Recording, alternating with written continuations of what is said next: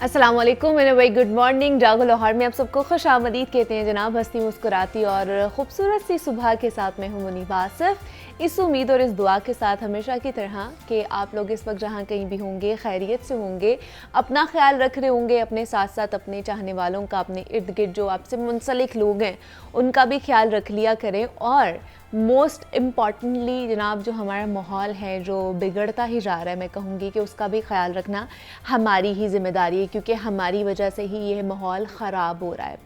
क्योंकि आज कह लें कि लास्ट डे ही समझे, क्योंकि कल हमारी छुट्टी होगी, वीकेंड होगा और सब ही कल न्यू ईयर ईव मनाएंगे या न्यू ईयर नाइट मनाएंगे। और आज हमारा और आपका साथ इस साल का 2023 का आखिरी दिन है कि हम 2023 में आपसे बात करेंगे, मुख्तलिफ़ चीज़ों के ऊपर गुफ्तगू करेंगे। लेकिन थोड़ा सा अगर जायज़ा ले लिया जाए कि 2023 हम सबका किस तरह का रहा।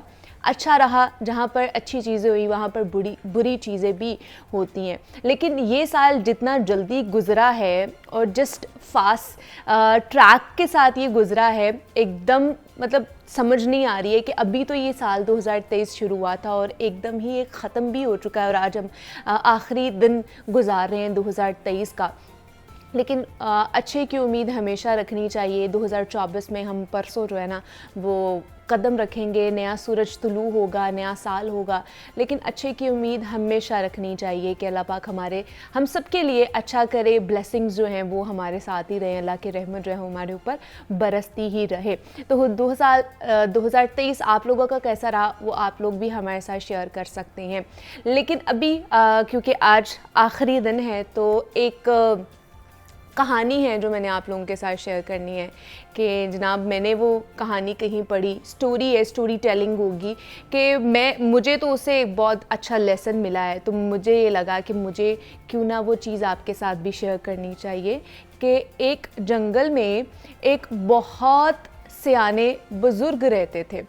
वो इतने अक्लमंद थे कि उनसे मशवरा लेने दूर दूर से लोग उनके पास आया करते थे। अब एक दफ़ा क्या हुआ कि एक बच्चा भी उनके पास गया और उनसे पूछने लगा कि बाबा जी, ज़िंदगी में सबसे ज़्यादा कीमती चीज़ क्या है? मतलब ये कि ज़िंदगी में कामयाब होने के लिए मैं किस चीज़ का सबसे ज़्यादा ख़याल रखूं? ये बच्चे का सवाल था। तो जनाब इसके ऊपर ना जो बाबा जी थे ना, और पहले तो बच्चा दिखने में बहुत ही समझदार था और बुज़ुर्ग भी बच्चे को देखते ही वो पहचान गए थे कि समझदार बच्चा है। तो बच्चे के सवाल करते ही ना उन्होंने अपने सारे काम वहीं पर रोक दिए और कुछ देर अपनी चमकती हुई आँखों से उस बच्चे को ध्यान से देखते रहे। और उनके जहन में एक तरकीब आई तो उन्होंने मुस्कुराते हुए अपनी झोंपड़ी की तरफ इशारा किया और उस बच्चे को कहने लगे कि जाओ उस झोंपड़ी के बाहर पड़ी वो लकड़ी की जो टोकरी है ना वो मेरे पास लेकर आओ। बच्चा लेकर आया और फिर कहने लगे कि जाओ बेटा, जो जंगल के बाहर एक नदी है उसके पास जाओ और उस टोकरी में पानी भर कर लेकर आओ। बच्चे ने बात मानी और फ़ौरन नीना खामोशी से नदी की तरफ चला और नदी के पास पहुंचा। तो जब वो पानी भरना शुरू उसने किया ना, अब वो बेचारा, उसको बोला गया था कि पानी भर कर लेकर आना है इसने उस लकड़ी की टोकरी के अंदर। अब बेचारा वो जैसे ही पानी भरता था सारा पानी टोकरी से बाहर निकल आता था। टोकरी में छेद ही इतने थे कि इसमें पानी रुक ही नहीं सकता था। अब वो जो छोटा सा बच्चा था उसने बहुत कोशिश की मगर वो कामयाब नहीं हुआ। थक हार कर वो वापस बुज़ुर्ग के पास जाता है और कहने लगता है कि बाबा जी, इस टोकरी में पानी नहीं रुकता है, सारा पानी गिरकर ज़ाया हो जाता है, वेस्ट हो जाता है। तो फिर उस बुज़ुर्ग ने बच्चे को एक बाल्टी थमाई और कहा कि बेटा उसी नदी के पास जाओ दोबारा और अब इस बाल्टी में पानी भर कर लेकर आओ। बच्चा गया दोबारा से फ़ौरन से दौड़ते हुए और कुछ देर बाद पानी से भरी हुई एक बाल्टी वापस लेकर आता है और बाल्टी तकरीबन किनारों तक भरी हुई होती है और इसका बहुत ही कम पानी जो है वो गिरकर ज़ाया होता है। बच्चा बहुत ही खुश होता है कि मैं पूरी बाल्टी भर कर लेकर जा रहा हूँ, बाबा जी ने जो मुझे कहा है मैं वो कर रहा हूँ। और फिर उस बुज़ुर्ग ने बच्चे को अपने पास बुलाया और ना इत्मीनान से उसे समझाया कि बेटा, जो पानी तुम बचा कर लाए हो ना, ये ज़िंदगी की तरह है। वो लोग जो गैर ज़रूरी कामों में लगे रहते हैं और अपने असल मकसद की तरफ ध्यान नहीं देते हैं, उनकी सारी ज़िंदगी बिल्कुल ऐसे ही ज़ाया हो जाती है जैसे टोकरी में पानी लाते हुए सारा पानी ज़ाया हो गया। मगर वो लोग जो बहुत ही ध्यान से, बहुत ही सोच समझ के अपना वक्त गुजारते हैं, उसे कहीं ज़ाया नहीं होने देते हैं। उनकी मिसाल बिल्कुल इसी बाल्टी की तरह है जैसे इसने पानी गिरने नहीं दिया और वो भी ज़िंदगी में जो अपनी कामरानी है उसे समेटने में कामयाब रहते हैं। तो इससे हमें सबक ये मिलता है और ये याद रखना चाहिए कि ज़िंदगी में सबसे ज़्यादा जो कीमती चीज़ है ना, वो हमारा और आपका वक्त ही है। इसे कभी ज़ाया नहीं होने देना चाहिए क्योंकि वक्त ही ज़िंदगी है और अगर वक्त होगा तभी आप ज़िंदगी अच्छे तरीके से गुजार सकते हैं।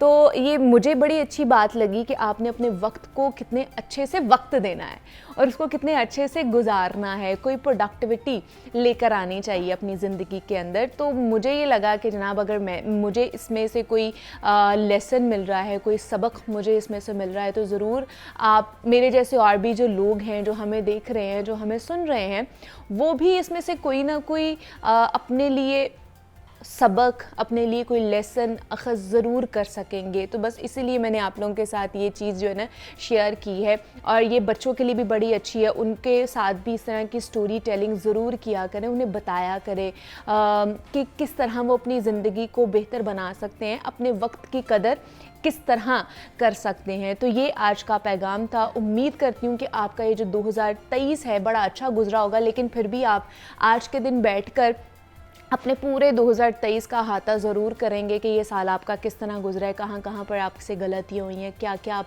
बेहतर कर सकते हैं 2024 में जाने से पहले। तो उन तमाम तर चीज़ों का अहाता करें, गौर व फिक्र करें, एनालिसिस करें और जब 2024 में आप कदम रखें तो एक अच्छी ज़िंदगी के साथ, खुशगवारियत के साथ 2024 में जो है ना दाखिल हों। तो अब हम अपने प्रोग्राम में आगे बढ़ते हैं और जनाब अब कुछ मौसम के हवाले से बात कर लेते हैं कि मौसम किस तरह का रहने वाला है। तो आज वीकेंड भी है और हर किसी की यही कोशिश होगी, एक तो वीकेंड भी बाहर मनाएं और दूसरा न्यू ईयर आने वाला है तो न्यू ईयर नाइट भी बाहर ही गुजरेगी। हर कोई बाहर निकलेगा, सड़कों पर निकलेगा, ठंडे मौसम को एंजॉय भी करेगा और साथ ही साथ ये जो इवेंट आने वाला है इसको भी एंजॉय करेगा। अब आगे बढ़ते हैं सोसाइटी की, क्योंकि बात हो रही थी और सोसाइटी हमारी कुछ ऐसी आदत होती हैं जिसकी वजह से एक तो हमारा जो क्लाइमेट वो ख़राब हो रहा है, हमारी फ़िज़ा ख़राब हो रही है, दूसरे हमारी सोसाइटी ने अपने तौर पर कुछ ऐसे मयार सेट किए होते हैं। मिसाल के तौर पर कि आपकी रंगत सफ़ेद होनी चाहिए, उसमें थोड़ी गुलाबी माइल भी जो हमारी जिल्द है वो हो जाए तो जनाब क्या ही बात है। आपका कद छोटा है तो समझे आप मुआशरे में बग़ैर बुलिंग के रह ही नहीं सकते हैं। आपके बाल अगर लंबे हैं तो लंबे क्यों हैं, छोटे क्यों हैं, ये भी स्टैंडर्ड्स हमारी सोसाइटी ही सेट करने की कोशिश कर रही होती है। और अगर आपके चेहरे पर कोई पिंपल निकल आया है तो समझे कि आपके जनाब खैर ही नहीं है। आपके दोस्त और आपके इर्द गिर्द जो कम्युनिटी है, जो लोग मौजूद हैं, वो आप पर कमेंट किए बग़ैर रह ही नहीं सकते हैं। बल्कि आपके अपने घर वाले बहुत से ऐसे लोग हैं कि आपको ज़रूर कुछ ना कुछ कहते हैं। आपको वाइटनिंग क्रीम्स के इस्तेमाल करने वाला कहा जाता है, आपको बढ़ती उम्र का ताना मिलेगा या ऐसी ही कोई नागवार बात ज़रूर सुनने को मिलेगी। तो हमारी स्किन पर जो निकलने वाले दाने हैं, ख़ास तौर पर जो हमारे चेहरे पर निकलते हैं, जो चेहरे पर नमूदार होते हैं, वो दाने, कील, महासे वगैरह का सामना करने वाले लोगों के लिए आज का ये जो सेगमेंट है ये बड़ा ख़ास होने वाला है कि उसको किस तरह वो ट्रीट कर सकते हैं, वो कौन कौन से ट्रीटमेंट करवा सकते हैं, वो घर पर किस तरह की रेमेडीज़ जो है उसका इस्तेमाल करके अपने पिंपल्स, उनके जो मार्क्स रह जाते हैं, एक्नी मार्क्स बहुत ज़्यादा बुरे लगते हैं, उसको बेहतर कर सकते हैं या इनके निकलने की वजह क्या है। इस पर आज हम बात करेंगे। हमारे साथ इन स्टूडियोज़ में प्रोफेसर डॉक्टर अजीम जहांगीर मौजूद हैं जो कि डर्माटोलॉजिस्ट हैं। डॉक्टर साहब आपको वेलकम कहती हूँ जागो लाहौर में, कैसे हैं आप? थैंक यू वेरी मच, ठीक है। डॉक्टर साहब एक तो 2023 का आखिरी दिन है क्योंकि हमारा शो है आज, कल छुट्टी होगी, तो हम चाह रहे हैं कि जितनी भी प्रॉब्लम्स है ना वो 2023 में हम छोड़ के जाएं, हम 2024 में जाएं ना तो नई एक ज़िंदगी के साथ और नई स्किन के साथ हम लोग जाएं। तो मुझे बताइए कि जिनको बहुत ज़्यादा दाने निकलते हैं, एक्नी प्रॉब्लम होता है, सबसे पहले तो उसकी कॉज क्या है, किस वजह से एक्नी बहुत ज़्यादा एग्रीवेट होना शुरू हो जाती है? देखें, सबसे बड़ी बात तो ये है कि एक जो हमारे यहाँ मिथ है कि शायद कोई मैंने गर्म चीज़ खाई थी या कोई मसालों वाली चीज़ खाई थी मैंने, हाँ। ये बिल्कुल मिथ है। इसमें कोई हकीकत नहीं है। ये एक बीमारी है किसी भी और बीमारी की तरह, दाने भी एक बीमारी है, और जो आपके अल्लाह ने पूरे जिस्म पे आपकी ऑटोमेटिक मॉइस्चराइजेशन करने के लिए, उसको थोड़ी सी तरावत देने के लिए छोटे छोटे ग्लैंड्स बनाए जिनका नाम है सेबेशियस ग्लैंड्स। ओके। उसमें से जो ऑयल निकलता है उसका नाम होता है सीबम। अब उसमें जब गड़बड़ हो जाती है सीबम में या सेबेशियस ग्लैंड में, तो दाने निकलना शुरू हो जाते हैं। सही। अब ये एक बीमारी है तो इसका इलाज भी मौजूद है। इलाज में सबसे बड़ा जो है ना वो है मिथ को ख़त्म करना कि मैं फ़लाँ चीज़ खाई तो ये निकल आया। हमारी बड़ी माशाल्लाह हमारे लाहौर में लाहौरियों की खुराक जो है वो उनका बड़ा सबसे बड़ी, और वो चूँकि we revolve around the food, so we are very food centric society. तो हम ये समझते हैं हर चीज़ जो है वो बीमारी जो है वो शायद खाने से होती है। तो आज का सेगमेंट भी खासतौर पर लाहौरियों के लिए ही है कि उन्होंने किस तरह अपनी सेहत का भी ख्याल रखना है। खाबे खाने हैं लेकिन एहतियात के साथ खाएं, एतदाल में रहकर खाएं। लेकिन वो खाने से आपके दानों का कम से कम ताल्लुक नहीं है। अच्छा, मतलब बिल्कुल कोई ताल्लुक खाने से, डाइट से हमारा कोई ताल्लुक नहीं है हमारे दानों और जो मैक्सिमम जिन लोगों में होता है लेस देन 10% लोगों में, तो बाकी 90% लोगों में से कोई ताल्लुक नहीं। और इसका जो इलाज है वो इतना आसान है कि जब मैं लोगों को देखता हूँ कि लोगों के निशान पड़ गए और गड़े पड़ गए हैं, अच्छा, उसका इलाज मुश्किल भी है और महंगा भी है।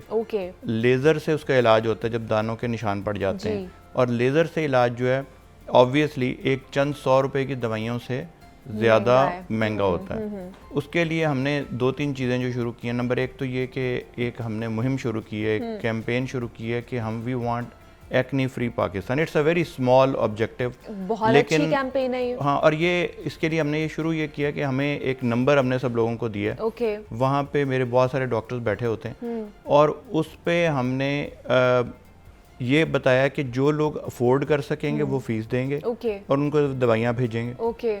जो अफोर्ड नहीं कर सके हम उनसे कोई फीस नहीं लेंगे। ठीक है जी। इसी तरह हमने कुछ वेबसाइट बनाई है ताकि जो लोग बजाय कोई फजूल चीज़ें पढ़ने के कम से कम अपनी जिल्द के बारे में पढ़ लें।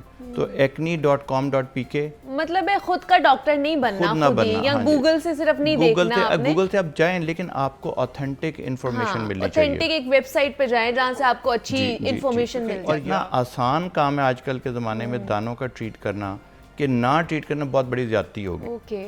पाकिस्तान में हम हर वक्त बुरी बुरी खबरें, डिप्रेसिंग खबरें सुनते हैं, लेकिन एक मैं आपको पूरे वसूख से बात बता सकता हूँ कि पाकिस्तान में जितनी अच्छी दवाइयाँ बनती हैं और जितनी कम कीमत पे बनती हैं वो यकीन माने पूरी दुनिया में नहीं बनती। शायद इंडिया का हम जिक्र करते हैं, लेकिन इंडिया में बहुत सारी सहूलतें ज़्यादा मौजूद हैं। वहाँ पे दवाइयों का पास करवाना, दवाइयों में वो आसानियाँ पैदा की हुई हैं गवर्नमेंट लेवल पे, तो वो और भी वहाँ पे ज़्यादा शायद सस्ती मिलती होंगी। लेकिन यहाँ पे इतनी सस्ती दवाइयों के बावजूद भी अगर हम इलाज ना करें तो जाती होगी। तो फिर तो जाती है, एग्जैक्टली। और जिस तरह सर कैंपेन एक उन्होंने शुरू की हुई है कि हमें एक्ने फ्री पाकिस्तान चाहिए, तो ये तो बड़ी अच्छी चीज़ है कि आप घर पर ईजिली आप कंसल्टेशन भी ले सकते हैं और आप वो वेबसाइट से अच्छे तरीके से इंफॉर्मेशन भी ले सकते हैं।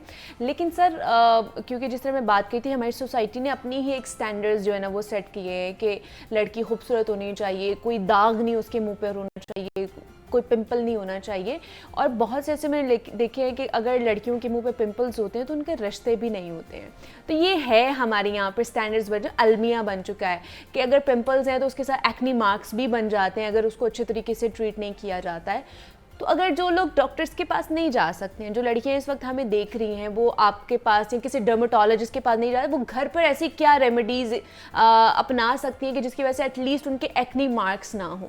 देखें, पहली सबसे इम्पॉर्टेंट बात पाकिस्तान जैसे मुल्क में ये कि खुद से दवाइयाँ ना लगाएं। ठीक है। क्योंकि दवाइयों में जितनी देर में आपने लगानी है, अगर आप, मैंने आपको जो नंबर इसीलिए बताया कि जो घर से नहीं निकल सकते, फ़ोन तो हर एक के पास, फ़ोन करके बता दें।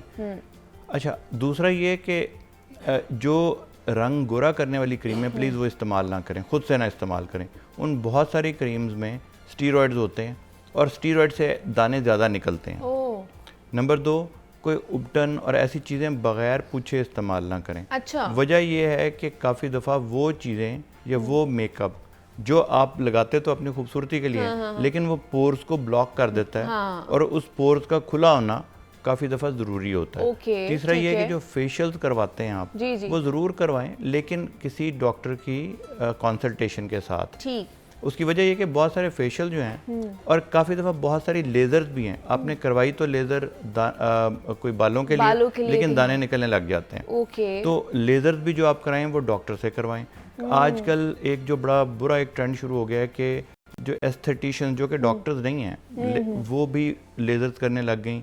बहुत सारे नॉन प्रोफेशनल जो डॉक्टर सिरे से नहीं है, एस्थेटिशियन भी नहीं है, सिर्फ उसको बिजनेस बना के लेज़र करने लगे। काफ़ी दफ़ा ये पता नहीं उनको होता कि कौन सी लेज़र किस जिल्द पे काम करेगी और किस जिल्द को ख़राब करेगी। सिर्फ उन्होंने मशीन्स रख ली और वो कर लिया। तो अगर कंसल्टेशन कर लें, सिर्फ मशवरा करने में तो कोई हर्ज नहीं है, और वो मशवरे के बहुत सारे डॉक्टर तो पैसे भी नहीं लेते, वो तो सिर्फ, और या आपको कोई जानने वाला हो आप उससे बात कर लें। हम लोगों ने एक फ्री क्लिनिक शुरू किया हुआ है जो कि गाजी रोड पे है, उसमें कोई चार्जेस हम नहीं लेते। वो institute of skin hair and nail disease के नाम से है, Pakistan institute of skin hair and nail disease. उसमें हम कोई चार्ज नहीं लेते। पेशेंट्स जो कि अफोर्ड नहीं कर सकते उनको हम फ्री कंसल्टेशन भी देते हैं और फ्री दवाइयाँ भी देते हैं। चले ये तो बड़ी अच्छी बात है, ये तो हल कर दिया आपने सबके और उसके लिए हमने एक ये भी कोशिश की है कि पाकिस्तान में आप कहीं पर भी रहते हों, आपने नंबर 0311107711 डायल करेंगे और आप कहेंगे जी मैं अफोर्ड नहीं कर सकता, आपसे कोई फीस नहीं चार्ज की जाएगी आपको, और कोशिश हम ये करेंगे कि वहाँ आप तक दवाइयाँ भी फ्री पहुंचाएं।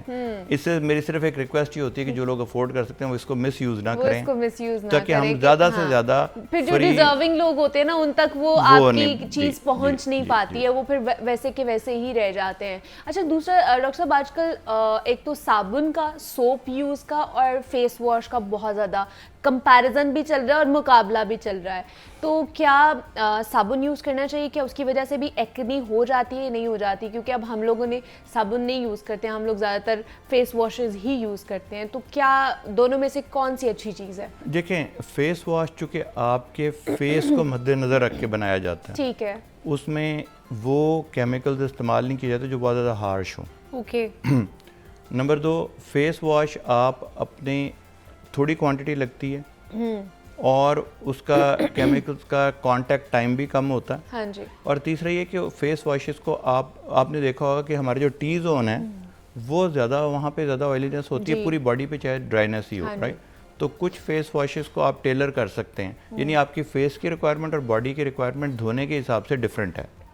तो फेस वॉश का सबसे ज़्यादा अच्छी बात यह है कि आप उसमें वो चीज़ें भी डाल, फॉर एग्जांपल अगर आपकी बॉडी नॉर्मल कलर की अक्सर लोगों की होती है, फेस थोड़ा डार्कर होता है, तो उसके लिए आप लाइटनिंग फेस वॉशेज हम इस्तेमाल कर सकते हैं। फेस वॉश में वो दवाइयाँ डाली जा सकती हैं जिसका थोड़ा कांटेक्ट टाइम थोड़ा सा है, तो आपने लगाया और धो दिया, तो लेकिन इतनी देर में जो उसका फ़ायदा होना होता है वो हो जाता है। इसी तरह बहुत सारे शैम्पूज जो हैं उसके अंदर जब हम एंटी डैंड्रफ दवाइयाँ डाल देते हैं, अब उसने लगा नहीं रहना, सिर्फ लगना है और उसके बाद धुल जाना है, लेकिन वो चंद लम्हे का जो कांटेक्ट टाइम है उसी से आपके बहुत सारे फायदे हो जाते हैं। तो फेस वॉश अगर आप पढ़ के करें कि अगर आपने फेस वॉश फॉर एग्जांपल करना ही चाहते हैं तो आपने फेस वॉश वो करना है जो आपकी जिल्द की बीमारी के मुताबिक हो। हमारे साथ प्रोफेसर डॉक्टर अजीम जहांगीर मौजूद थे। डॉक्टर साहब, बहुत शुक्रिया आपके वक्त का कि आप यहाँ पर आए और अच्छी स्किन किस तरह आपने अचीव करनी है उसके हवाले से हमने बात की है। यहाँ पे एक छोटी सी ब्रेक लेते हैं, मिलते हैं इस ब्रेक के बाद।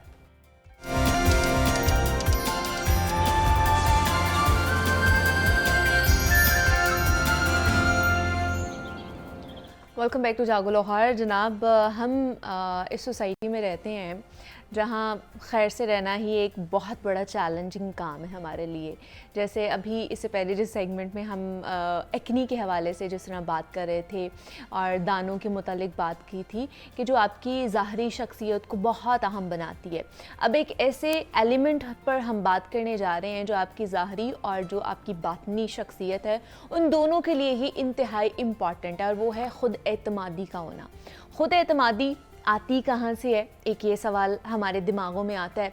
अच्छे स्कूल, कॉलेज या फिर बेहतरीन यूनिवर्सिटी आपकी शख्सियत को निखारती है ये, या काबिल आपको बनाती है, या आप में ख़ुद एतमादी वालिदैन, आपके टीचर्स या आपके जो दोस्त अहबाब होते हैं उनके रवैये के ज़रिए आती है। इस पर बात करेंगे और इसके साथ साथ हम बात करेंगे कि जो मनफी रवैये हैं उनका सामना करने वाले जो अफराद हैं उनको इनसे बचाने के लिए इस सेगमेंट में बात करेंगे। वैसे भी कहते हैं कि जनाब खुद एतमादी को मजबूत करना या आपकी शख्सियत का इन्हसार आपकी शक्ल सूरत पर नहीं होता, इसकी वजूहात मजमूई होती हैं और सोशल मीडिया पर जो नज़र आने वाली बहुत सी चीज़ें हकीकत नहीं होती हैं। तो इसलिए उनको देखकर फैंटेसाइज करना या इस चीज़ का शिकार हो जाना, अपनी शख्सियत का मैं तो कहूँगी कि सत्यानाश कर देना, ये बिल्कुल भी अच्छी चीज़ नहीं है कि हम सोशल मीडिया पे किसी के पास महंगी गाड़ी देखते हैं, महंगे घर देखते हैं, अच्छे ब्रांडेड कपड़े पहने हुए उन्हें देखते हैं, तो आप अपने आप को कोसना शुरू कर देते हैं, अपनी खुद एतमादी के ऊपर जो है ना वो एक सवालिया निशान लगाना शुरू कर देते हैं। तो इस तरह बिल्कुल भी नहीं करना चाहिए और अपना दिल छोटा नहीं करना चाहिए। इस तरह के रवैये के बारे में हम अपनी ज़िंदगी किस तरह ख़राब कर लेते हैं, इस पर आज हम बात करेंगे। खुद एतमादी किस तरह पैदा कर सकते हैं, इस पर भी बात करेंगे हम। और इस पर बात करने के लिए साइकोलॉजिस्ट डॉक्टर सबा शबीर शेख हमारे साथ मौजूद हैं। डॉक्टर साहिबा, आपको वेलकम कहती हूँ जागो लोहार में। कैसी हैं आप? मैं बिल्कुल ठीक, आप सुनाइए? मैं भी बिल्कुल ठीक ठाक। डॉक्टर साहब, आप सबसे पहले तो बताइए खुद एतमादी कितनी ज़रूरी है हमें जीने के लिए? Very important, very important. मतलब अगर हम कुछ खा रहे हैं, हम जिस जगह रह रहे हैं, हम जो काम कर रहे हैं, if we are not happy with that, it's mean कि हमारा सब कुछ ख़त्म है। लाइक अगर हम अपनी ज़ात से खुश नहीं हैं, अपनी सेल्फ से सेटिस्फाइड नहीं हैं, और ये कहाँ से होता है? Like when we try to look other people more and more, हम अपने से ऊपर, अपने से ऊपर, अपने से डिफरेंट, लेकिन हम ये नहीं समझ पा रहे होते कि हम उनसे ज़्यादा अच्छा सब कुछ अपने पास रखते हैं। लेकिन आती कैसे है ना, मुझे ये बताएं। जिस तरह एक ये कॉमन सवाल है, अगर किसी को बोलें कि आप खुद एतमादी पैदा करें अपने अंदर, खुद एतमादी, तो जो फर्स्ट क्वेश्चन आता है हमसे पूछा जाता है कि आती कहाँ से है भाई? कहीं से खरीदनी पड़ती है, ये कहीं जाके लेकर आनी पड़ती है? आती कहाँ से? किस तरह खुद एतमादी पैदा की जा सकती है? देखिए, आपका जो सेल्फ ट्रस्ट है वो आपकी सेल्फ एस्टीम और सेल्फ कॉन्फिडेंस डेवलप करेगा। मतलब आपके पास जो है, आप उससे कम्प्लीटली राज़ी हैं, तो you will be confident one day. आपका कौन सा स्कूल है, आपकी कौन सी यूनिवर्सिटी, आपके पास कितने पैसे हैं, आप किसके बेटे हैं, किसकी बेटी हैं, इट डज़ंट मैटर। एक ज़िंदगी का एक वक्त आता है। आप देखिए, जैसे हम लोग यहाँ बैठे हैं तो हम बहुत एवरेज से स्कूलों से भी पढ़े हुए हो सकते हैं, बहुत अच्छे स्कूलों से भी पढ़े हो सकते हैं, पर एक जगह पर बैठकर अपने आप को डिस्क्राइब करना और कॉन्फिडेंट होना और छोटी छोटी नेगेटिव चीज़ों से हिट ना होना, दिस इज कॉन्फिडेंस। लेकिन इससे हमारे वालिदैन को सबक कितना सीखना चाहिए? बिकॉज हमारे घर से ये चीज़ें शुरू होती हैं। हमारे बच्चों का दूसरे बच्चों के साथ या मोहल्ले के बच्चों के साथ या दूसरे हमारे रिश्तेदार के बच्चों के साथ मवाजना किया जाता है, कंपैरिजन किया जाता है कि जनाब वो तो स्टडी में बड़ा अच्छा है, तुम उस जैसे नहीं हो, वो तो बड़ा खूबसूरत है, तुम खूबसूरत नहीं हो, वो तो इस तरह के कपड़े पहनता है, तुम्हें कपड़े पहनने की अक्ल नहीं है। मतलब इस तरह की जो चीज़ें हैं, कंपैरिजन किया जाता है, या बहन भाइयों में इवन दो कंपैरिजन किया जाता है, तो इस वजह से भी खुद एतमादी कहीं ना कहीं ख़त्म हो जाती है। तो वालिदैन को इसमें क्या करना चाहिए? कितना इंपॉर्टेंट रोल है? Very important. बच्चा जब छोटा होता है, एक काला बच्चा है और एक गोरा बच्चा है, आप उसको बार बार, इवन दो कि दोनों अगर भाई भी होंगे या बहनें भी होंगी, तो आप जो बच्चा अच्छा नहीं दिखता आपकी नज़र को, आप उसका कॉन्फिडेंस ख़राब करेंगे ही करेंगे। उसको अपने ऊपर ट्रस्ट। एक और चीज़ मुझे लगता है जो हम बच्चों के साथ बहुत ज़्यादा करते हैं, हम उनको प्लेट में रख कर देते हैं कि ये बनना है तुमने। देखिए, यहाँ से तो हमने उनका कॉन्फिडेंस वापस ले लिया, हमने उनको कहा ही नहीं कि आप अपने बारे में सोचो, या आपके पास जो है, जो आपका माइंडसेट है, जो आईक्यू है, वो बहुत अच्छा, थिंक इन दैट वे। हम उनको खुद देते हैं, हम कहते हैं कि यही कपड़े पहनो, यही तुम्हारी ये चीज़ें होनी चाहिए, इसी जगह हमारे साथ बैठना उठना। मतलब हम अपने बच्चों की किसी भी चीज़ को जब लाइक नहीं करते, हम उनकी हर बात पे कहते हैं ये भी बुरा है, ये भी ऐसे, ये ऐसे होता तो वैसे होता। लाइक व्हेनेवर हमारे बच्चे हमारे पास आते हैं, छोटा बच्चा भी आता है, बड़ी एज तक भी, 20 साल का बच्चा भी पेरेंट्स के सामने जाता है कि मैं कैसा लग रहा हूँ, और अगर आप उसे कहिए कि ओहो तुम ये कलर की बजाय ये पहन लेते, हर बार या एक बार भी कह दें, तो पेरेंट्स का जो ओपिनियन है, पेरेंट्स का थॉट अपने बच्चे को लेके वेरी इंपॉर्टेंट। अगर बच्चा काला है और उसके पेरेंट्स उसको कहते हैं you look like a king, आप समझें कि उसका कॉन्फिडेंस, उसका दुनिया में चलने का तरीका वो सेम होगा, क्योंकि उसे किंग कह दिया गया है घर में। सो हमारे पेरेंट्स हैं जो हमारे घर से हमारी एक ब्रॉट अप सेल्फ कॉन्फिडेंस की करते हैं, और वो फिर ग्रो करती है हमारी कॉलेज, यूनिवर्सिटी, स्कूल्स, हमारे फ्रेंडशिप सर्कल।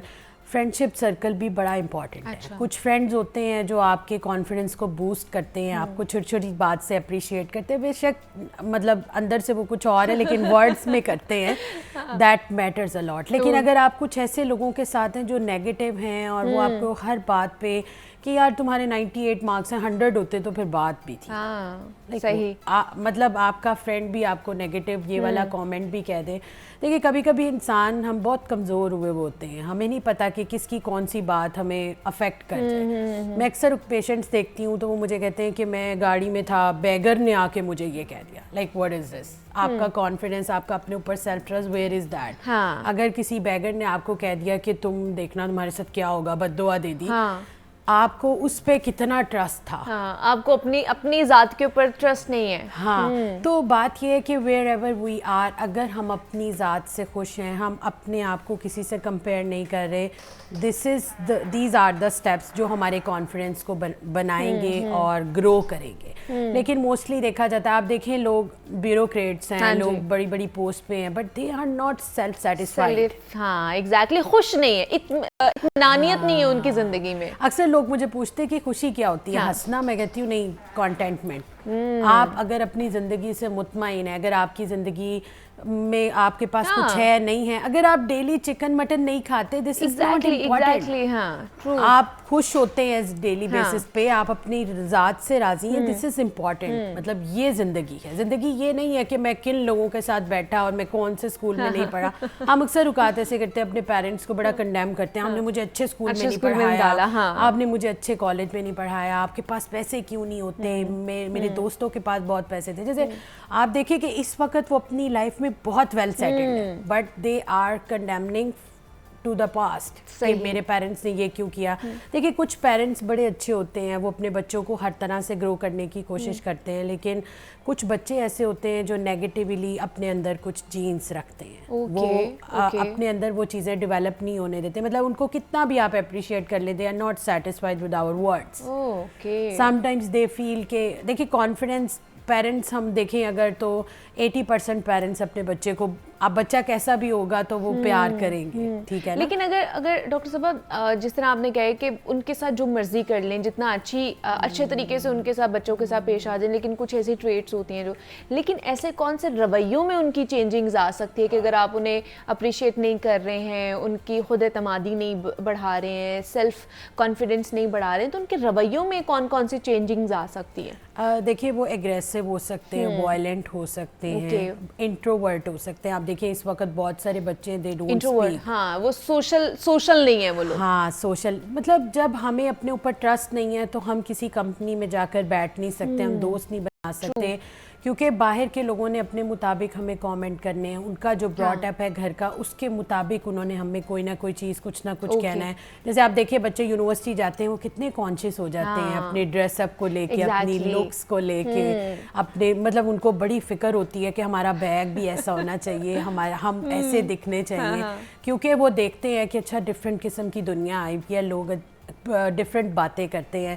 और फिर आप देखिए बच्चों की ख्वाहिशात भी बढ़ने लगती हैं, वो लोगों को देख के कहते हैं मेरा मोबाइल ऐसा होना चाहिए, मेरी चीज़ें ऐसी होनी चाहिए। और अगर इस सिनेरियो में अब जैसे ब्रांड्स की हमने बात की है, बच्चे जैसे जैसे ग्रो करते जाते हैं उन्हें पता चलता है कि भाई ये ब्रांड्स है, ये लोकल चीज़ें हमारी, तो बहुत से बच्चे हैं, बहुत से ऐसे लोग हैं जो बहुत ज़्यादा ब्रांड कॉन्शियस भी होते हैं। सोशल मीडिया पे हम देखते हैं लोगों की लाइफ ऐसी होती है जी, वो अगर उस रेस्टोरेंट में जाके पिक्चर्स ले रहे हैं या खाने के पिक्चर्स ले रहे हैं, खाना खा रहे हैं, तो फिर हमारा भी दिल करता है हम भी वहाँ जाएं। किसी ने अच्छा मोबाइल पकड़ा हुआ है तो हमारा भी दिल करता है, बेशक हमारी जेब इजाज़त दे रही है या नहीं दे रही है, बेशक हमने किसी से उधार लेकर वो मोबाइल लेना हो या कोई ऐसी चीज़ करनी हो, तो ये ब्रांड कॉन्शियसनेस को किस तरह बेहतर किया जा सकता है? किया जा भी सकता है या नहीं, किया एलिमिनेट किया जा सकता है क्या इसको अपनी लाइफ से, जो बहुत ज्यादा कॉन्शियस हो जाते हैं ब्रांड के? देखिए ओवर पोजेसिव नहीं होना चाहिए। अच्छा। अगर आप एक नॉर्मल हद तक है, जैसे कि मैं कहूँ कि मेरा सूट अच्छा होना चाहिए, हाँ। मेरे जूते अच्छे होने चाहिए अपने लिए नॉट कंपेयरिंग कि अच्छा मेरी जिस जगह मैं जा रही हूँ उस जगह सबने ही बहुत अच्छा ब्रांड पहना होगा तो मैंने भी ब्रांडेड ही पहनना, ये जरूरत नहीं है। मतलब ये this is something extreme and this is negativity. Okay देखिए आपका कॉन्फिडेंस यहाँ से भी खराब होता है जब आप लोगों की तरह बनना चाहते हैं और आप अपनी सेल्फ को टोटल शैटर्ड एग्जैक्टली, हाँ, आप जो आपकी जो शख्सियत होती है वो फिर आपकी रहती नहीं है कहीं। हाँ, आप कोशिश करें वो करें जो आपकी सेल्फ में है, आपकी पर्सनालिटी में है। इस वक्त ज़्यादातर लोग कॉन्फिडेंस लो का शिकार इसलिए हैं वो किसी और का लिबास पहन के, वही ना, वो कुछ और बनना चाहते हैं जो वो बन नहीं सकते। हाँ, और वो बोलना वैसे चाह रहे होते हैं जैसे कोई और बोल रहा है, पहनना वैसे चाह रहे होते हैं। देखिए मैं ये बिलीव रखती हूँ आपके पास एक बहुत बड़ा मोबाइल होना is not satisfaction of life. आप एक बहुत बड़े घर में रह रहे हैं, it's not happiness of life. अगर आप अपनी ज़ात से खुश हैं, अगर आप सुबह में उठते हैं और आप खुश होते हैं, अच्छा सा खाते हैं, आप अपने दोस्तों से मिलते हैं, आप अपनी फैमिली के साथ बैठते हैं, I think this is the containment of बिल्कुल ऐसे, एग्जैक्टली, रादर देन कि हम वो देखें कि अच्छा हमारा नेबर कैसे ज़िंदगी गुजार रहा है और हम वैसे गुजारे। देखिए वो अपनी ज़िंदगी हो सकता है सिर्फ ज़िंदा रहने के लिए गुजार रहा हो, खुशी के लिए ना गुजार रहा हो, और आपका अगर तो खुशी का पैरामीटर वो है तो दिस इज़ रॉन्ग। फिर आप समझें कि अगर आप इसका लिबास पहनेंगे फिर कभी किसी और का ड्रेसअप होगा, कभी किसी और का। So try to be whatever you are. आप अपनी ज़ात से खुश हो जाए, whatever you do best, just feel happy with that. तो this is the confidence built up. Like I use to say to people कि अगर आप चाहते हैं कि टेक्निक्स आपकी ज़िंदगी में जो है आप वन बाय वन उससे खुश होना शुरू करें। ठीक है, आपके पास जो लिबास है, आपके पास जो रहना सहना है, आपके जो जॉब है, आपकी एजुकेशन है, आप पास्ट और फ्यूचर को छोड़ दें। हाँ, लो कॉन्फिडेंस जो बंदा है प्रेजेंट में रहे ना, आप वो वाला मोमेंट तो एंजॉय करें। आप या तो पास्ट में होते हैं, फ्यूचर में होते हैं, आप वो प्रेजेंट को एंजॉय ही नहीं कर पाते। वैसे भी लो कॉन्फिडेंस जिसका होता है वो हमेशा या तो पास्ट को कंडेम करता है या फ्यूचर को प्रेडिक्ट करता है। हाँ, एग्जैक्टली, और अफ्रेड होता है कि अच्छा अगर ऐसा हो गया तो ये हो जाएगा वो, और उनकी उसी चक्कर में उनका प्रेजेंट भी खराब हो जाता है। और मैं एक और चीज देखती हूँ कि अगर आप कॉन्फिडेंट हैं और आपके दोस्त आपसे बहुत हाई स्टेटस के भी आपके साथ है ना, अगर आपका कॉन्फिडेंस उसको किल कर देगा। हाँ, उसे होगा कि यार the way he speaks, the way ये मेरे साथ जैसे ये मैटर नहीं करता कि कोई कितना ही हाई स्टेटस का क्यों ना हो, अगर आप कॉन्फिडेंट हैं तो फिर आप समझे कि आप किसी भी कंपनी में जाके बैठ सकते हैं। तो हमारे साथ डॉक्टर सबर शबीर शेख मौजूद थी, साइकोलॉजिस्ट हैं। डॉक्टर साहिबा बहुत शुक्रिया आपके वक्त का कि आप यहाँ पर आई। सेल्फ कॉन्फिडेंस के हवाले से खुद एतमादी किस तरह पैदा की जा सकती है और ये हमारी ज़िंदगी के लिए कितनी इंपॉर्टेंट है, इस पर बात की है। यहाँ पर एक छोटी सी ब्रेक लेते हैं, मिलते हैं इस ब्रेक के बाद।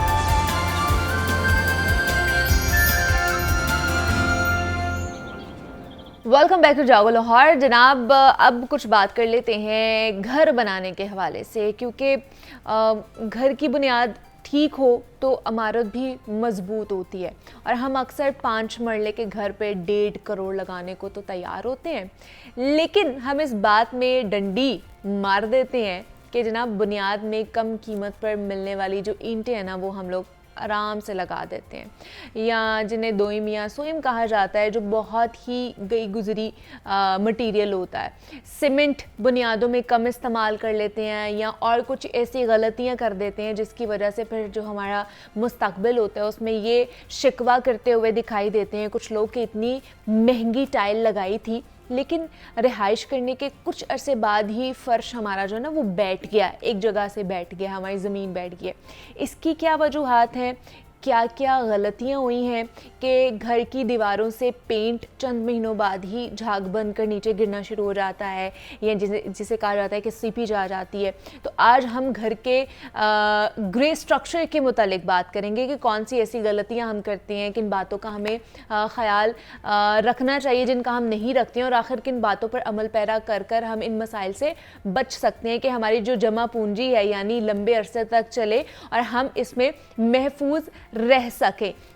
तो आज हम इस हवाले से बात करने वाले हैं। इस पर बात करने के लिए बहुत ही ख़ास मेहमान, बहुत ही एक्सपर्ट, जो पिछले कई दहाइयों से, कई सालों से कंस्ट्रक्शन के हवाले से काम कर रहे हैं। 40 साल से गालिबन वो इस इंडस्ट्री में, या 50 साल से, 40 से 50 साल में वो इस इंडस्ट्री से वाबस्ता हैं और वो सर्विसेज दे रहे हैं। लाहौर में भी कुछ ऐसी बिल्डिंग्स हैं, ऐसे घर हैं जो आपने उनके बदौलत जो है हमें देखने को मिलते हैं और इतना खूबसूरत उसका स्ट्रक्चर बनाया जाता है। तो आज हम उनसे बात करेंगे। हमारे साथ इस वक्त शाहिद फारूक निज़ामी साहब मौजूद हैं हमारे स्टूडियो में, और उनसे पूछेंगे कि जनाब कौन कौन सी ऐसी गलतियां हम लोग करते हैं ग्रे स्ट्रक्चर जब हम लोग बना रहे होते हैं घर का। सर आपको वेलकम कहती हूँ जागो लाहौर में, कैसे हैं आप? मैं ठीक ठाक सी। सर सबसे पहले मुझे बताइए कि सोइल टेस्ट कितना अहम है जब भी हम अपना घर तैयार करवा रहे होते हैं, तो सबसे पहले सोइल टेस्ट कराना कितना इम्पोर्टेंट है? हाँ जी, बेसिकली देखिए उस सॉइल ने हाँ आपके जो भी बिल्डिंग बन रही है हाँ। उसका वजन उठाना है। जी बिल्कुल। अब रेत भी है, क्ले भी है, अब लाहौर की मिट्टी जो है लोहा है। Okay when it is dry, okay जब उसमें पानी पड़ जाता है या बुनियादों में पानी आ जाता है तो वो मलाई बन जाती है, तो गारा बन जाता है। हाँ जी। सो एक तो ये है। Okay. इसी तरह जो बाकी इलाके हैं, पहाड़ी इलाके हैं, उधर पत्थर होता है। अच्छा, खास तौर पर शायद साहब बात कर ली जाए कराची, लाहौर, इस्लामाबाद, पेशावर की, तो इनमें क्या डिफरेंस है इनकी मिट्टी में? इनकी सॉइल में Karachi is Sandy soil, okay और जब आप इधर पंजाब की तरफ हाँ, आते हाँ। हैं तो यू हैव क्ले, ओके और जब आप मज़ीद नॉर्थ की तरफ जाते हैं तो वहाँ पे पत्थर है, रोड़ा है, ओके और वहाँ पे पत्थर काटना पड़ता है। और मैं आपको एक एग्जांपल दूं कि एक मल्टी स्टोरी बिल्डिंग बन रही थी अच्छा इस्लामाबाद में, ब्लू एरिया में। अच्छा ये मैं आज से कोई अगेन 40-45 साल पुरानी बात कर रहा हूँ। ओके ठीक है। तो वहाँ पे उस जगह पे जी वो पाइलिंग कर रहे हैं, अच्छा उसमें ड्रिलिंग हो रही है। ओके उनसे मैंने पूछा कि जी भाई क्या है कि जी इतनी देर क्यों लग रही है, 2 साल हो गए हैं अभी आपकी बुनियादी से नहीं निकले। तो उन्होंने कहा जी हम ड्रिल कर रहे हैं उसमें। तो मैंने कहा कि यार दिस इज, इस पे तो आपको ज़रूरत नहीं थी, ये तो पत्थर है, तो इसको लिए दूसरी तरह की फाउंडेशन चाहिए थी। दिस इज़ आपका जो है मेहनत भी ज़्यादा लग गई, टाइम और टेकिंग प्रोसेस भी हो गया। उसमें जो था कि उन जिन्होंने डिज़ाइन किया था उनसे मेरी मुलाकात हुई, तो उन्होंने कहा कि जी मैं तो कराची में बैठा हुआ था, मैं तो कराची के हवाले से बाउंड्री डिज़ाइन करती थी, तो मुझे क्या पता था कि वो इस्लामाबाद में कि वो बनी। इस्लामाबाद में, सही। तो तो ये basically- पहली गलती होगी ना उनकी कि उन्होंने वो गलत इस्तेमाल, reality टेक्निक्स on जो है ना वो ground जो है आपने नहीं देखी। मैं as a professional, I am professional जी आर्किटेक्ट, जी बिल्कुल। और 1971 से आई एम प्रैक्टिसिंग, हाँ, मेरी हाँ, जो कंपनी है। तो बेसिकली इट इज़ कि आपने, चाहे मैं 5 मरले का घर बना रहा हूँ, चाहे मैं मल्टी स्टोरी बिल्डिंग बना रहा हूँ, आई must see the soil okay जब वो खुदाई हो गई। सही। अब दूसरी ये है कि अगर हम जिस तरह मोस्टली इलाकों में अब हमें पता है कि सॉइल की कंडीशन क्या है, तो वी डोंट रियली नीड कि टेस्ट कराएं, कि टेस्ट करने की ज़रूरत है कि नहीं है। लेकिन लाहौर में भी कई जगह ऐसी है जहाँ which is a must, okay जहाँ पे दरिया का किनारा है, कोई और चीज़ें हैं, कोई मसले है, तो बेसिकली यू हैव टू कि आपने उसको कराना है। अच्छा, मतलब जैसे केनाल वाली साइड है या कुछ और है, वहां पर आपको मस्ट टेस्टिंग करानी ही है सोइल की। हाँ जी। वरना कोई ना कोई ऐसी चीज हो जाएगी अगर आप टेस्टिंग के बगैर करेंगे, बुनियादें रखेंगे तो प्रॉब्लम यू होगी। हैव वो जो है कि मुझे जाके, ठीक है, मैंने अभी I must see the excavated earth के यार सॉइल की क्या कंडीशन है। अच्छा।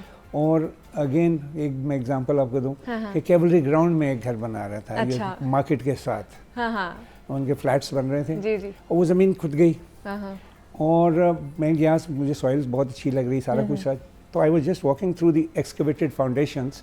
अच्छा। तो कुछ मेरे पैर में वो आके रुका है, रुकावट हुई है। तो मैंने वो देखा तो दैट वाज ये अपना शॉपर। मैं कि 4 फुट नीचे अगर शॉपर आए तो ये क्या है, उसको देखा तो दैट वाज अर्थ फिलिंग हुई थी बड़े अरसे पुरानी।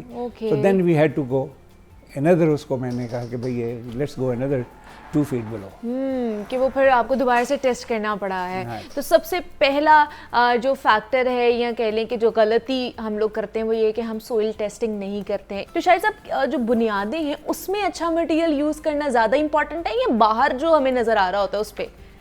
यही चीज़ है कि उसने सारा वजन उठाना है। एग्जैक्टली हाँ, उसने जलजलों से बचाना है आपको। अगर हम ऐसी ईंटें लगाएं कि जो सीमेंट को नहीं पकड़ रही या कच्ची हैं, तो ज़रा सा वो जो शेक है अर्थक्वेक के हवाले से, तो वो भी आपके लिए डेंजरस है। और अगर हम वैसे कच्ची ईंट लगाते हैं तो वो भी उसका पिसने का और उसका वो है, या बुनियाद में हम जो प्रॉपर सीमेंट कंक्रीट वगैरह डालते हैं तो वो भी बैठने की वजह से ये है कि उसमें मसाइल आ जाते हैं। तो बेसिक हमने जो गलतियां हम करते हैं, बेसिक गलती जो सबसे पहले करते हैं कि हम एक प्रॉपर कंसल्टेंट को नहीं अपॉइंट करते हैं। हम कहते हैं कि जी वी आर, हमने वो कर लिया, हमें सिर्फ नक्शा पास कराने के लिए। लेकिन हमारे यहाँ पे तो ये है ना कि हमने किसी आर्किटेक्टर को नहीं अपॉइंट करना, हमने ठेकेदार को या जो मिस्त्री आया ना हमने उसी से सारा कुछ करा लेना। उसको बड़ा करते हैं, उसका बाप भी मिस्त्री था, उसका बाप दादा भी मिस्त्री ये ज़्यादा अच्छे तरीके से हमें बता सकते हैं। तो वो जो है, तो basically it is the consultant जिसने इसी चीज़ में आपके लिए वो किया है। तो सबसे पहले तो यह है कि आपने एक कंसल्टेंट, एक आर्किटेक्ट अपॉइंट करना है जो आपको गाइड करे इन द प्रोसेस। सेकेंडली ये है कि हमने उसको सिर्फ सबमिशन ड्राइंग तक महदूद नहीं करना, हमने वर्किंग ड्राइंग्स बननी है जो कि कंस्ट्रक्शन ड्राइंग्स कहलाती हैं, जिसमें आपकी सारी तफसीलात जो है कि कहाँ हमने मिट्टी डालनी है, कहाँ हमने कंक्रीट डालना है, कहाँ हमने उसके जो स्ट्रक्चरल ज़रूरियात हैं वो पूरी करनी है। तो वो हम, और दूसरी बात यह है कि हम अक्सर घर जो डिज़ाइन करते हैं या कराते हैं वो सड़क पे चलने वालों के लिए है। Exactly, कि वो देखें और कहें जी वाह बहुत क्या बात है। और जिसने रहना है उसके लिए कुछ भी नहीं होता। तो अभी मैं ताज़ी एग्जांपल, ये कल परसों की बात है, आई वाज इनवाइट, पेशावर में मुझे कॉल किया गया था। और उन्होंने माशाल्लाह को 5-6 कनाल का ज़मीन थी। और उन्होंने कहा कि जी कि हमें आपकी ज़रूरत है, बस हमने ये देखना है इसको, उस घर को हम एलिवेशन कैसा हो। और खैर मैंने उनको देखा, उसके बाद हमने एलिवेशन पे बात की। उसके बाद मैंने कहा लेट्स गो इनसाइड और उसको भी देख लो मैं कि क्या है कोई इम्प्रूवमेंट। उन्होंने कहा नहीं उसको नहीं है, हमने तो वो उसके, मैं कह रही मुझे है कि लग रहा है कि आपने बाथरूम्स वगैरह बनाने की कोशिश कर रहे हैं, तो let us go inside.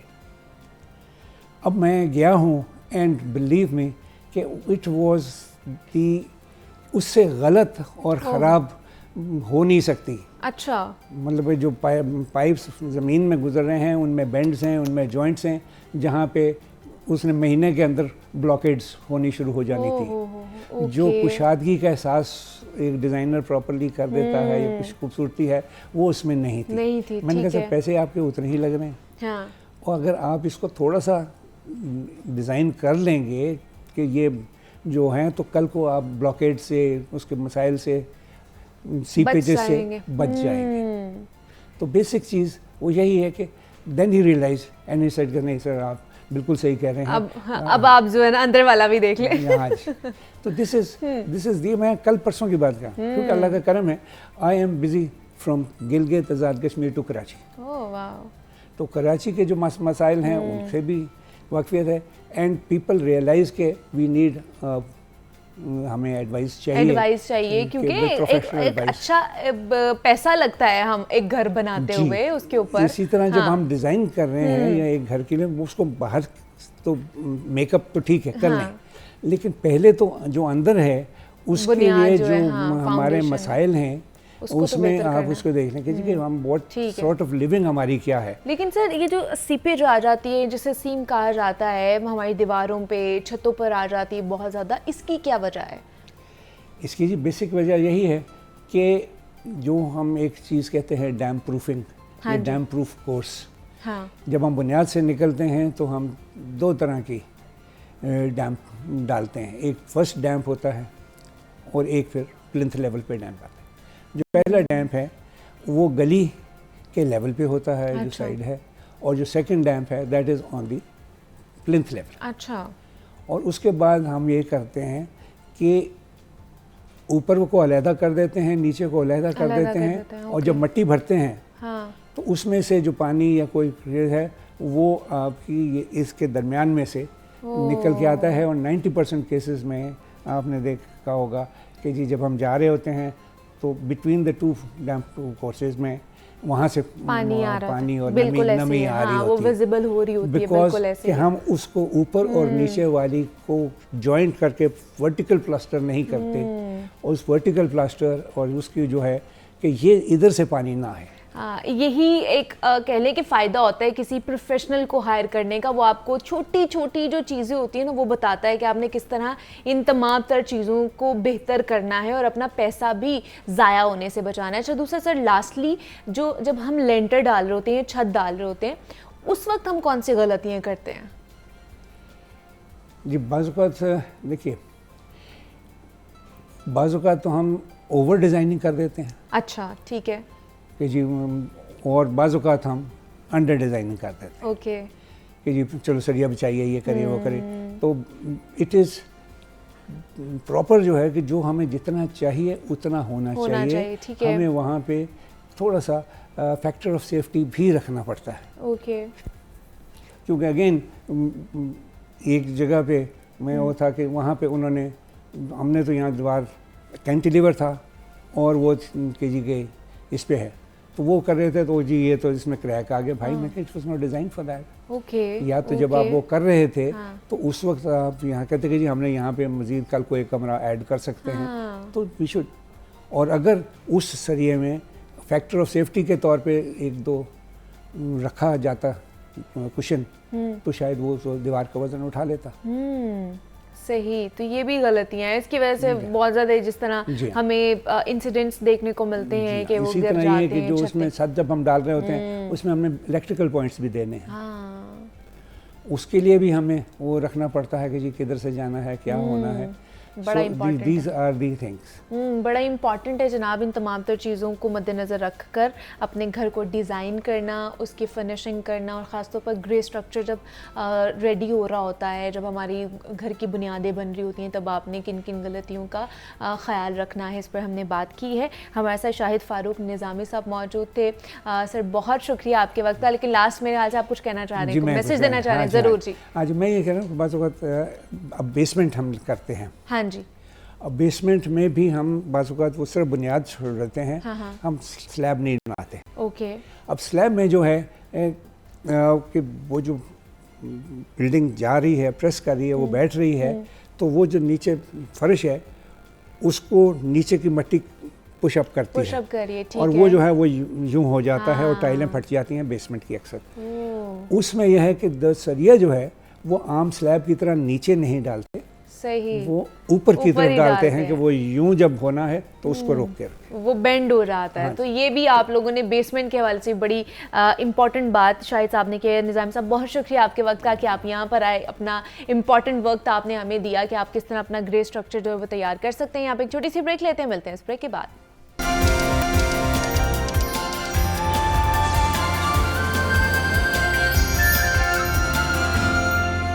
Weekend का शो है और वीकेंड के साथ साथ क्योंकि ये 2023 के लास्ट डे भी हम लोग मना रहे हैं और उस पर और भी चार चांद लगा दिए हैं। ज़ैन जॉनी और सफ़ीरा जॉनी इस वक्त इन स्टूडियोज़ में हमारे साथ मौजूद है। दोनों बहन भाई हैं और क्या ही खूबसूरत आवाज़ है इनकी, बहुत ही खूबसूरत गाते हैं। तो ज़ैन आपको भी वेलकम कहते हैं जागो लोहार में, और सफ़ीरा आपको भी वेलकम कहती हूँ जागो लोहार में। कैसे हैं आप दोनों? ठीक है जी, शुक्र अल्लाह का।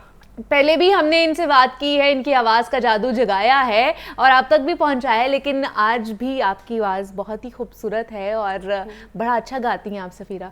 तो सबसे पहले तो बताइए जो देखने वाले हैं, कब कैसे स्टार्ट किया आपने? ज़ैन दोनों बहन भाइयों ने किस तरह स्टार्ट किया? अगर मैं अपनी बात करूं तो शौक मुझे बचपन से था। हाँ। पर जो बकायदा मैंने सीखना शुरू किया वो मैट्रिक के बाद मैंने सीखना शुरू किया था। अच्छा, तो पहले आपने सीखना शुरू किया था, सफ़ीरा ने पहले मैंने ही सीखना शुरू किया। अच्छा ठीक है। और सफ़ीरा आपने बाद में? हाँ जी, देख देख के।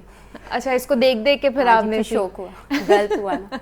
अच्छा, तो घर में कोई और भी गाता है या सबसे पहले आप ही थे जिनको शौक आया कि मैंने ये सिंगिंग करनी है? जी, मुझे ही शौक था। आप ही को शौक था, तो घर वालों ने इजीली इजाजत दे दी? जी जी। अच्छा, बहुत सपोर्टिव। हाँ, चलो अच्छी बात है। और आपको भी सफ़ीरा मिल गई इजीली इजाजत, तो आपको तो फिर ज़ैन ने सिखाया होगा। आपके उस्ताद ज़ैन थे? हाँ जी, ऐसे ही। अभी भी ज़ैन ही है उस्ताद? अभी ज़ैन ही। तो स्ट्रिक्ट है या सही है? लिवरेज स्ट्रिक्ट है? लगते नहीं है बिल्कुल भी। नहीं, म्यूजिक में है। म्यूजिक में है। हाँ। तो ज़ैन साथ साथ अभी पढ़ भी रहे हैं या सिर्फ म्यूजिक ही कर रहे हैं? जी, मैं पढ़ रहा हूँ, म्यूजिक ही पढ़ रहा हूँ। अच्छा, म्यूजिक ही पढ़ रहे हैं? हाँ, BS म्यूजिकोलॉजी कर रहा हूँ NCA से। वाह जी वाह। और सफ़ीरा आप? मैंने ग्रेजुएशन की और अब मैं CSS की प्रिपरेशन करूँगी। माशाल्लाह, मतलब ज़्यादा CSS इतना कह लें कि मुश्किल काम कर रही है, टास्क कर रही है और साथ ही साथ म्यूजिक भी कर रही है। मतलब सिंगर भी CSS ऑफिसर बन सकते हैं। हाँ हाँ, क्या बात है। या CSS ऑफिसर्स भी सिंगर्स बन सकते हैं, ये कह सकते हैं। तो अभी मतलब अगर आप CSS ऑफिसर बन गई, इंशाल्लाह अगर आप मेहनत कर रही हैं तो आप बन जाएंगी, तो फिर सिंगिंग को साथ साथ लेकर चलेंगी या नहीं? जी बिल्कुल लेके चलेंगे। अच्छा, क्योंकि इससे थेरेपी है ना, पीस ऑफ माइंड रहता है। ज़्यादा पढ़ेंगे तो फिर वो माइंड डिस्टर्ब हो जाएगा थोड़ा। हाँ, तो म्यूजिक से पीस पीस रहता है, पीस ऑफ माइंड होता है। सही है। तो किस तरह का जॉनरा पसंद है दोनों को? मुझे तो ज़्यादा गज़ल पसंद है, और गज़ल गीत, और क्लासिकल भी, क्योंकि वो बेसिक है सीखने के लिए। इस वजह से क्लासिकल के बाकी ये सारे बाय प्रोडक्ट हैं। जॉनर है गज़ल गीत हो गया, जैसे क्लासिकल एंड गज़ल। लेकिन ये दोनों ही जॉनरास जो है ना, ये बड़े मुश्किल हैं, है ना? तो इतना मुश्किल जॉनरा क्यों आपने जो है ना अडॉप्ट किया? आप कोई और पॉप या कोई और भी आप कर सकते थे, या था कि मेरा एम है या मुझे पसंद ही यही है? जी एक्चुअली ये सब कॉन्टिनेंट का जोन सा है, तो क्लासिकल म्यूज़िक था। इस वजह से ज़्यादा मुझे यही शौक़ था कि मैं क्लासिकल अपने सब कॉन्टिनेंट का सीखूं, क्योंकि अगर आप बाहर किसी को सुना रहे हैं तो वो पॉप तो हमसे अच्छा बहुत करने वाले हैं। तो हम अपना कल्चर प्रेजेंट करेंगे तो वो बेहतर है। पहचान तो है ना ये सारा गजल या क्लासिकल म्यूजिक है, लेकिन ये मुश्किल भी बड़ा ना, इसको फिर कह लें कि जस्टिफाई करना बड़ा मुश्किल हो रहा है। ऐसे ही है ना? बिल्कुल। तो उसके लिए फिर आपको बड़ा मेहनत करनी पड़ती है। जी बस कोशिश कर रहे हैं, ये तो समुंदर है, म्यूजिक तो जिंदगियां लग जाती हैं। तो किस तरह, मतलब अभी एनसीए से तो आप इसकी डिग्री कर रहे हो ज़ैन, लेकिन क्या साथ साथ कोई उस्ताद भी हैं जो आपको बाकायदा सिखा रहे हैं? एक्चुअली एनसीए में ही उस्ताद हैं, पहले भी वैसे मैं सीखता रहा था। पहले जब मैंने स्टार्ट किया था, हारमोनियम भी उनके ही है, अकील भाई, तो उनसे मैंने शुरू किया था, पर उन्होंने ही भेजा था आगे उस्ताद मार्क एंथनी।